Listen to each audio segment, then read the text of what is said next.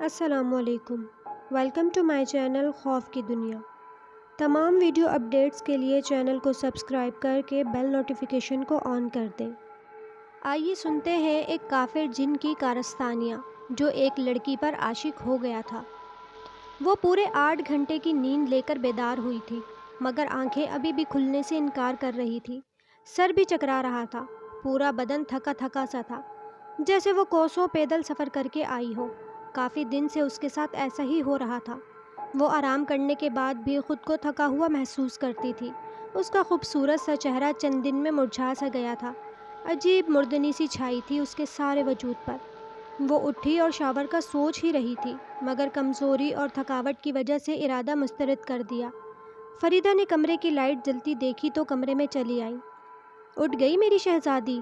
اس نے زوبیہ کی بلائیں لی، مگر دوسرے ہی لمحے اس کے پیلے زرد چہرے اور الجھے میلے بالوں کو دیکھ کر ششدر سی رہ گئی۔ آئے ہائے میری بچی، یہ کیا حال بنا لیا تو نے؟ کیا ہوا؟ بخار تو نہیں ہو گیا تجھے؟ فریدہ نے بخار چیک کرنے کو اس کی پیشانی کو ہاتھ لگایا تو تڑپ اٹھی۔ ماتھا آگ کی طرح تپ رہا تھا اس کا۔ ارے سکینہ، یہاں آ جلدی سے۔ جی بڑی بی بی۔ سکینہ اس گھر کی خاص خادمہ اور خدمت گزار تھی۔ خاص کر زوبیہ کے سارے کام اسی کے ذمے تھے۔ تجھے ہوش نہیں ہے کیا؟ چھوٹی بی بی بخار سے جل رہی ہے۔ وہ تو میں ابھی آئی کمرے میں تو اس کی حالت دیکھی۔ معافی چاہتی ہوں بڑی بی بی، کیا کروں؟ چھوٹی بی بی روز مجھے کمرے سے نکال دیتی ہے، اس لیے پتہ نہیں چلا۔ جا کر ڈرائیور سے بول جلدی گاڑی نکالے، چھوٹی بی بی کو ڈاکٹر کے پاس لے کر جانا ہے، اور تمہاری خبر تو میں بعد میں لیتی ہوں، وہ سکینہ کو غصے سے گھورتی ہوئی بولی۔ زوبیہ 2 بھائیوں کی اکلوتی اور بہت ہی لاڈلی بہن تھی۔ وہ خاندانی وڈیرے تھے، ہر طرف ان کی دھاک تھی، دولت نسلوں سے گھر کی باندھی تھی، پنڈ کے پنڈ ان کے غلام تھے۔ وہ ارب پتی وڈیرے تھے۔ زوبیہ بہت ہی خوش شکل بچی تھی، گوری چٹی نیلی آنکھوں اور سنہرے بالوں والی۔ ایک بار پنک فراک پہنے وہ صحن میں اپنی گڑیا سے کھیل رہی تھی۔ دادی نے اسے پیار سے آواز دی، گلابو ادھر تو آ ذرا۔ بس پھر اس کا نام ہی گلابو پڑ گیا۔ سب پیار سے اسے گلابو بلانے لگے۔ جب تک بچی تھی تب تک تو ٹھیک، مگر اب وہ 18 سال کی جوان لڑکی تھی۔ اب وہ گلابو کے نام سے چڑھنے لگی تھی۔ جب بھائی اسے تنگ کرنے کو گلابو پکارتے، وہ روتی بسورتی، دادو کو شکایت لگاتی۔ کیا ہے دادو، آپ نے میرا اتنا اچھا نام بھی بگاڑ دیا۔ وہ منہ بنا کر بیٹھ جاتی۔ دادو دونوں پوتوں کو سمجھاتی تھی، اب کوئی بھی میری زوبیہ کو گلابو نہ بولے، ورنہ اس کی خیر نہیں۔ اچھا دادو، اب نہیں بولیں گے، وہ کان پکڑ کر سوری بولتے، مگر کچھ دن بعد ہی گلابو گلابو کی پکار دوبارہ پڑنے لگتی۔ وہ بہت اچھی بچی تھی۔ اس نے چھت پر اپنا منی گارڈن بنا رکھا تھا۔ گھر میں بہت بڑا لان موجود تھا، مگر اس نے اپنے ہاتھوں سے کچھ پودے لگائے تھے۔ پھر اس کا شوق بڑھتا ہی گیا، اور چھت پر اس نے گلاب، موتیا، رات کی رانی اور بہت سارے انواع قسم کے پودے لگا رکھے تھے۔ گلاب اور موتیا سے اسے عشق تھا۔ وہ سارا دن چھت پر اپنے گارڈن میں گزار دیتی، کبھی کبھی شام اور رات بھی۔ یہ کوئی غلط شوق بھی نہ تھا جو کوئی اس کو منع کرتا۔ گلاب کا ایک ایسا پودا تھا جس پر ہر موسم میں بہار رہتی تھی، جھاڑ ہو یا خزاں، اس کے پھول کبھی ختم نہیں ہوتے تھے۔ اسے اس سے عشق تھا۔ اس کو لگتا تھا یہ پودا اس سے باتیں کرتا ہے۔ وہ گھنٹوں اس کے پاس بیٹھی رہتی۔ اس نے ایک کرسی بالکل اس پودے کے پاس سیٹ کر رکھی تھی۔ وہ جب بھی چھت پر آتی تو اس کو لگتا کہ وہ گلاب کا پودا اسے دیکھ کر جھومنے لگتا ہے۔ اگر ہوا نہیں بھی ہوتی تو وہ پودا ایسے ہی جھومنے لگتا جیسے زوبیہ کے آنے کی خوشی میں جھوم رہا ہو۔ پڑھائی سے فارغ ہوتے ہی زوبیہ چھت پر بھاگتی تھی، کبھی پودوں کو پانی لگاتی، کبھی اسپرے کرتی، کبھی فالتو پتوں کی کاٹ چھانٹ کرتی۔ جب اس سارے کام سے فری ہوتی، پھر اپنے پسندیدہ گلاب کے پاس بیٹھ کر اطمینان سے آنکھیں بند کر کے نیم دراز ہو جاتی۔ وہ جیسے ہی آنکھیں بند کر کے نیم دراز ہوتی، گلاب کا پودا رقص کرنے لگتا، جھومتا ہوا اس کے پیروں میں سلامی دیتا۔ ایسے لگتا جیسے اس کے بیٹھتے ہی گلاب اس کے قدم چوم کر سلامی دیتا ہو۔ اسے بہت سکون ملتا تھا گلاب کے پودے کے پاس بیٹھ کر۔ پہلی بار اسے یہ احساس تب ہوا جب وہ کالج سے آ کر سو گئی۔ آنکھ کھلی تو شام کے 4 بج رہے تھے۔ گرمی کے دن تھے۔ آج صبح سے بہت گرمی تھی، مگر اب بادل بن چکے تھے، ساتھ ٹھنڈی ٹھنڈی ہوا بھی چل رہی تھی۔ زوبیہ نہا کر چھت پر آ گئی۔ چھت پر اس ٹائم کوئی بھی نہیں تھا۔ بہت جادوئی سا ماحول بنا ہوا تھا، بالکل خاموشی اور ٹھنڈی ہوا کے جھونکے کے ساتھ گلاب کی مہک بہت ہی پراسرار سا ماحول بنا رہی تھی۔ ملگجا اندھیرا وہ اپنے پودوں کے پاس گلاب کے پاس بیٹھ گئی۔ اس نے سرخ سوٹ پہنا ہوا تھا جس پر بڑے بڑے سیاہ گلاب بنے ہوئے تھے۔ سیاہ دوپٹہ اس کے گلے میں ایسا لپٹا ہوا تھا جیسے کوئی نیکلس کی موٹی ڈوری ہو۔ اس کے گھٹنوں سے بھی لمبے بال کرسی پر بیٹھنے سے اور بھی لمبے لگ رہے تھے۔ ہاف آستینیں اس کی گوری باہیں بہت نمایاں کر رہی تھی۔ ہاتھوں میں کالی چوڑیاں غضب ڈھا رہی تھی۔ وہ کوئی حور یا اپسرا سے بھی بڑھ کر لگ رہی تھی۔ بالوں سے پانی کے قطرے ٹپک ٹپک کر فرش گیلا کر رہے تھے۔ وہ آنکھیں بند کیے جانے کن خیالوں میں کھوئی ہوئی تھی۔ اچانک ایک ہوا کا تیز جھونکا گزرا، ساتھ ہی زوبیا کو تیز سی خوشبو محسوس ہوئی۔ وہ چونک کر اٹھی، شاید کوئی چھت پر آیا ہے۔ ادھر ادھر دیکھا تو کوئی بھی نہیں تھا۔ شاید ساتھ والوں کی چھت پر کوئی آیا ہو، اسی کے پرفیوم کی خوشبو ہوگی۔ اس نے دوبارہ آنکھیں بند کر لی اور دوبارہ اپنی خیالی دنیا میں کھو گئی۔ چند ہی سیکنڈ گزرے ہوں گے کہ اسے اپنے بہت ہی قریب کسی کی تیز تیز سانسوں کی آواز آئی۔ اب وہ ڈر گئی۔ اس نے گھبرا کر ادھر ادھر دیکھا مگر کوئی نہیں تھا۔ وہ بہت گھبرا گئی تھی۔ اس نے اپنے چاروں طرف اچھی طرح دیکھا تو کوئی زی رو نہیں تھا۔ سامنے بس ایک بہت ہی صحت مند کالا سا بلّا بیٹھا ہوا تھا جو اسے ہی گھور کر دیکھ رہا تھا۔ بلّا بہت ہی ہیبت ناک تھا۔ اس کی آنکھیں بے حد لمبی تھیں اور آنکھوں میں بجلی سی چمک رہی تھی۔ اسے یہ بلّا بہت عجیب اور ڈراؤنا سا لگا۔ اسے ایسا لگ رہا تھا اگر وہ کچھ دیر اور یہاں رکی تو یہ بلّا اس پر حملہ کر دے گا۔ وہ چھلانگ لگا کر سیڑھیاں پھلانگتی ہوئی نیچے آئی۔ سامنے ہی اس کی دادو بیٹھی ہوئی تھی۔ ارے کیا ہوا لڑکی؟ وہ سیدھی ان کی گود میں آ کر لیٹ گئی۔ اس کی سانسیں دھونکنے کی طرح چل رہی تھی۔ ارے کیا ہوا پگلی؟ کیوں ہوا کے گھوڑے پر سوار ہو؟ اور چھت پر اکیلی مت جایا کرو، 1000 بار بولا ہے۔ دادو میں تو تازہ ہوا کھانے گئی تھی۔ کنواری لڑکیاں یوں بال کھلے چھوڑ کر شام کے ٹائم چھتوں پر نہیں جایا کرتی۔ وہ پیار سے زوبیا کو سمجھا رہی تھی۔ جی دادو، وہ سعادت مندی سے بولی۔ شاباش میری بچی۔ وہ دادو سے بات کرتے کرتے ڈر رہی تھی۔ اس کی نظریں بار بار سیڑھیوں پر جا رہی تھی، وہ بلّا نیچے ہی نہ آ جائے۔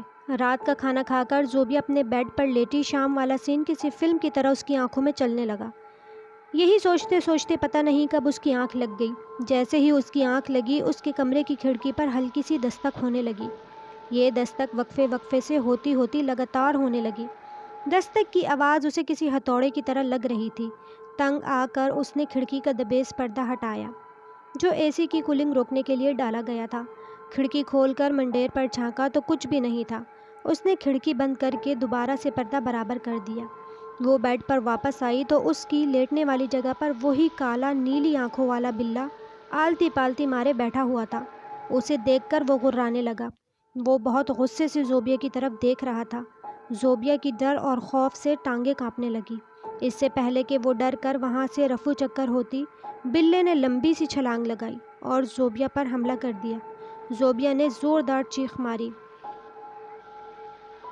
وہ اپنی ہی دھن میں مہو پرواز تھا جب اسے ایک عجیب دلکش نظارہ نظر آیا۔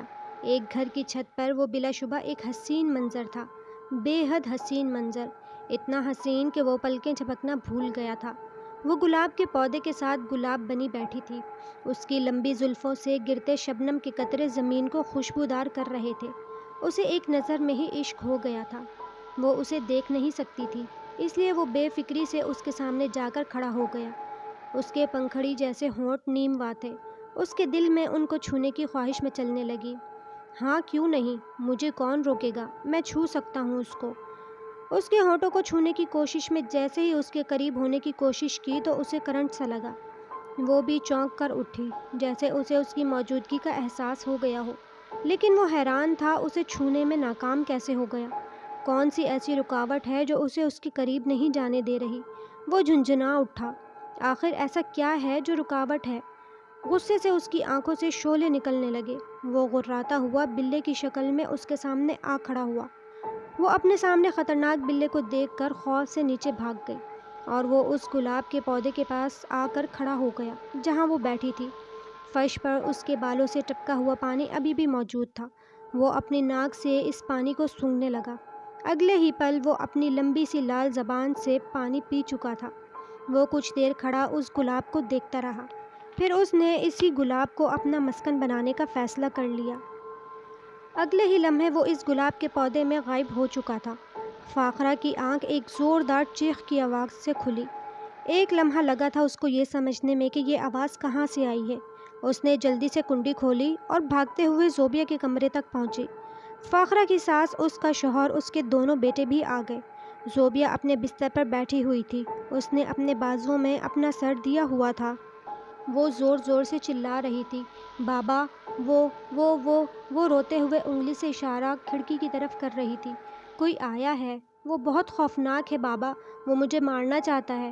وہ روتے ہوئے کانپتے ہوئے باپ سے لپٹ گئی۔ ارے بیٹا، کون مارنا چاہتا ہے؟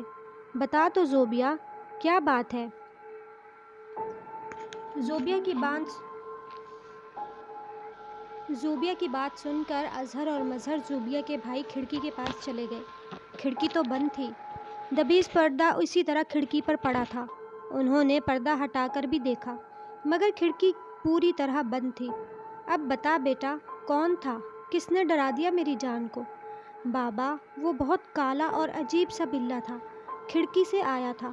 اس نے مجھ پر حملہ بھی کیا تھا۔ دیکھو میری گردن۔ اس نے گردن دکھائی۔ ارے کوئی نشان نہیں ہے۔ اظہر اور مظہر اب ہنسنے لگے تھے۔ حد ہے چڑیل، بلے سے ڈر گئی، ہمیں لگا چور گھس آیا ہے۔ وہ اب اس کا مذاق اڑا رہے تھے۔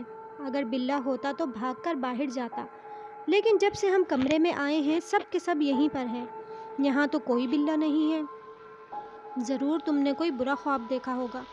فاخرہ اسے خود سے لگائے تسلی دے رہی تھی۔ طاہرہ بیگم اس پر قرآن مجید کی صورتیں پڑھ پڑھ کر دم کر رہی تھی۔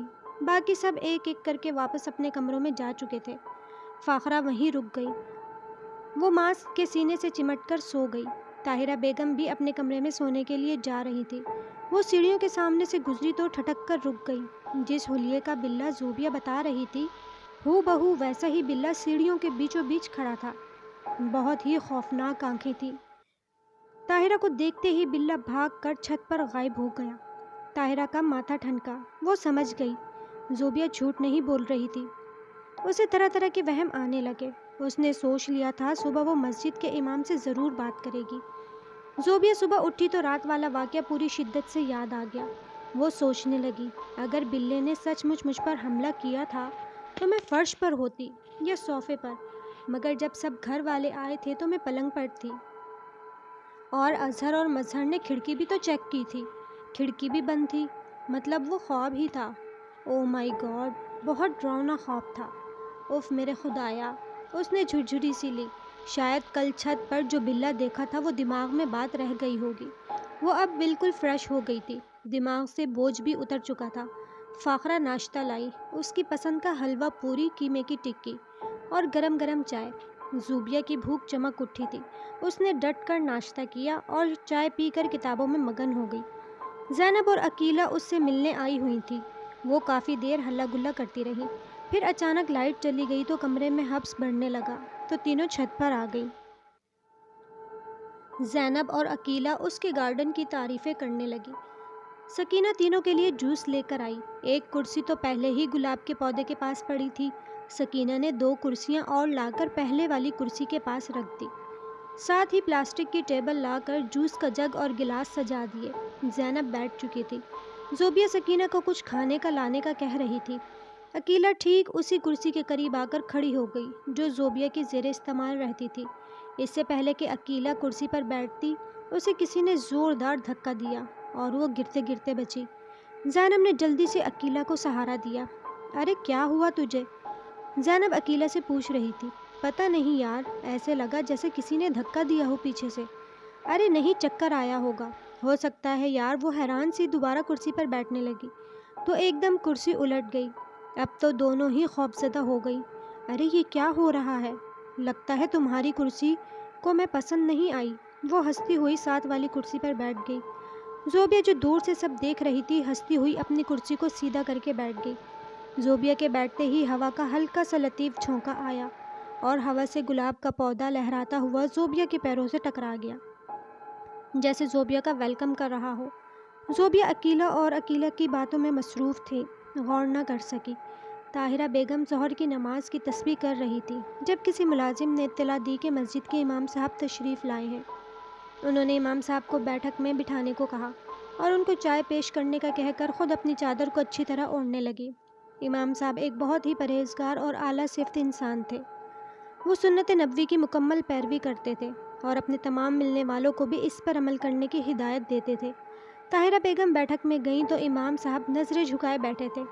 سلام، دعا اور کچھ رسمی بات چیت کے بعد طاہرہ بیگم مدعے پر آئی اور پوتی والا سب ماجرا سنایا۔ مولوی صاحب نے پوری بات سن کر اپنی آنکھیں بند کر لیں اور زیر لب کچھ پڑھنے لگے۔ چند سیکنڈ کے بعد ان کے چہرے پر تشویش ظاہر ہوئی۔ انہوں نے ٹھیک 1 منٹ بعد آنکھیں کھول کر طاہرہ کی طرف دیکھا مگر بولے کچھ نہیں۔ طاہرہ سے صبر نہیں ہوا۔ مولوی صاحب کچھ تو بتائیں۔ مولوی صاحب کا لہجہ بہت ہی باروب اور دھیما تھا۔ بچی اس وقت خطرے میں ہے، اس پر ایک شیطان اور گندے جن کا سایہ پڑ چکا ہے۔ طاہرہ نے بے ساختہ اپنے دل پر ہاتھ رکھ لیا۔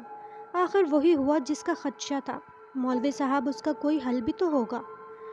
ضروری ہوتا ہے ہر چیز کا حل، لیکن صبح میری فلائٹ ہے، مجھے عمرے کے لیے جانا ہے۔ آپ بچی کو کسی اچھے عامل کے پاس لے جائیں جو اس کا ٹھیک سے علاج کر دے۔ مولوی صاحب اس مشکل وقت میں آپ ہی کچھ مدد کریں، ہم تو کسی عامل کو نہیں جانتے۔ اب مجھے اجازت دیں، بہت سارے کام ہیں مجھے اور ٹائم کم ہے۔ طاہرہ بوکھلا گئی۔ مولوی صاحب، وہ بے بسی سے بولی، آپ کچھ تو ایسا کر جائیں جس سے بچی کچھ دن محفوظ رہے، تب تک ہم کوئی نہ کوئی عامل تلاش کر ہی لیں گے۔ مولوی صاحب کو یہ بات پسند آئی اور کاغذ پینسل منگوا کر ایک تعویذ لکھا اور کہا، اسے بچی کے گلے میں ڈال دیں، خیال رہے کہ اگر تعویذ گلے سے اتر گیا تو اس کا اثر ختم ہو جائے گا۔ مولوی صاحب کے جانے کے بعد ایک ملازم کے ہاتھ بہت سارا سامان ان کے گھر تحفے کی شکل میں بھجوا دیا۔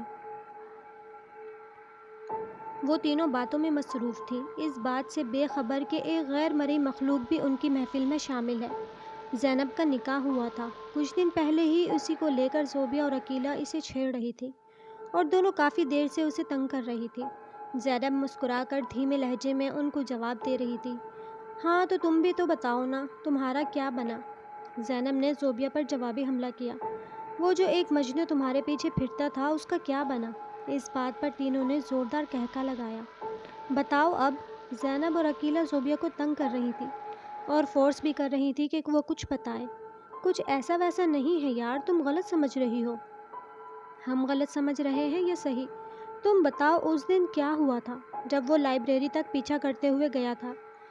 ہوا کچھ نہیں تھا، وہ مجھے آواز دیتا ہوا پیچھے تک آیا۔ زوبیہ پلیز ایک بار میری بات سن لو۔ لیکن جب میں نے پیچھے مڑ کر نہیں دیکھا تو ہاتھ ہی پکڑ لیا اس نے میرا۔ بس پھر کیا تھا؟ اس سے پہلے کہ زوبیہ اپنا فکرہ مکمل کرتی، تیز ہوا چلنے لگی۔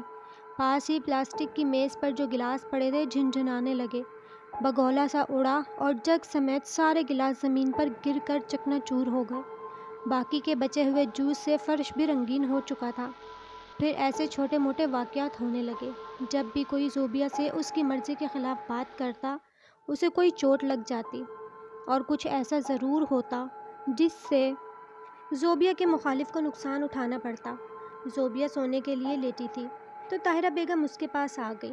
ان کے ہاتھ میں ایک بہت ہی خوبصورت سی مخمل کی چھوٹی سی ڈبیا تھی۔